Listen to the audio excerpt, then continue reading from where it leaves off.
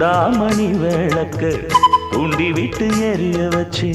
உன் முகத்தை பார்க்க போற நாள் கணக்கா